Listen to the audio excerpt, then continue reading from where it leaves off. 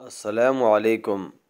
तुर्की के इस्लामी सदर रजब तोय्यिब एर्दोगान ने अपनी 20 साला दीनी खिदमात को गिनवा दिया। इसकी काफ़ी वजूहात के साथ एक वजह ये भी हो सकती है कि तुर्की के आइन के मुताबिक वो मज़ीद सदारत का इलेक्शन नहीं लड़ सकते।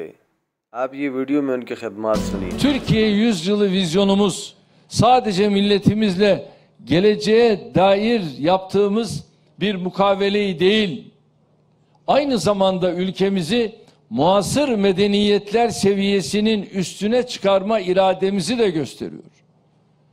Bu kutlu ideali gerçeğe dönüştürecek atılımların kahir ekseriyetini hamdolsun son 20 yılda büyük ölçüde zaten hayata geçirdik. Milletin iradesine vurulan vesayet zincirlerini tek tek parçaladık. Demokrasimize gölge düşüren antidemokratik uygulamalara son verdik. Üniversite kapılarında gözyaşı döken genç kızlarımızın acılarını Allah'a hamdolsun dindirdik. Kamu kurumlarında başörtülü kadınlarımızın hiçbir baskıya uğramadan çalışabilmesinin önünü açtık. Allah'a hamdolsun artık başörtülü valimiz de var. Allah'a hamdolsun artık silahlı kuvvetlerde başörtülü subaylarımız var. Ve bütün bunlarla beraber yargıda hamdolsun artık hakimlerimiz, savcılarımız var.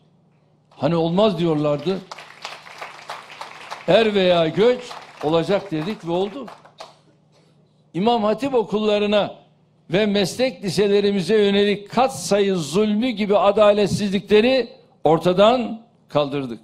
Şu anda karşımda Şule Yüksel Şenler İmam Hatip'ten kızımız var.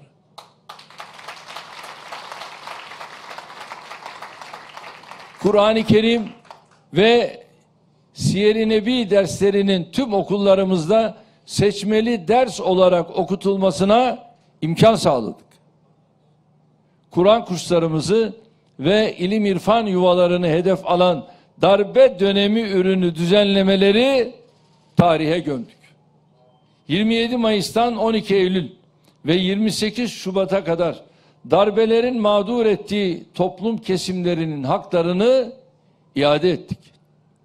Hiçbir insanımızın inancından, sakalından, saçından veya hayat tarzından dolayı ötekileştirilmediği bir huzur iklimini ülkemiz genelinde tesis ettik.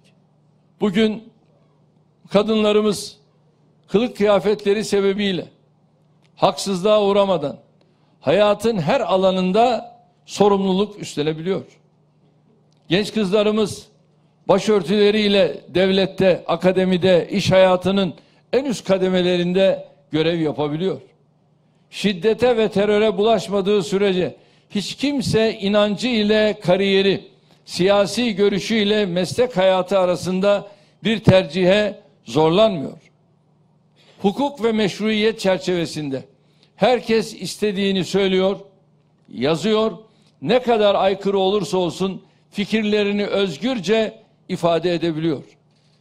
Şimdi atacağımız yeni bir adımla kadınlarımızın hak ve hürriyet alanlarını daha da genişletmeyi arzu ediyoruz.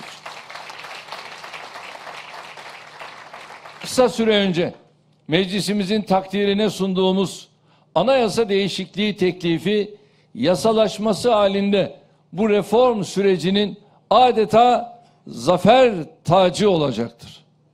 Bu düzenleme kabul edilirse artık hiç kimse aklına estiğinde sosyal medya üzerinden bir gece yarısı eski yaraları deşmeye cesaret edemeyecektir. Allah'ın izniyle bir daha bu millete üniversite kapılarının önlerine kurulmuş ikna odası utancını kimse yaşatamayacak. नीचे सब्सक्राइब के बटन पे क्लिक करें, बेल के आइकॉन पे क्लिक कीजिए ताकि हर नई वीडियो की नोटिफिकेशन आपको मिल जाए।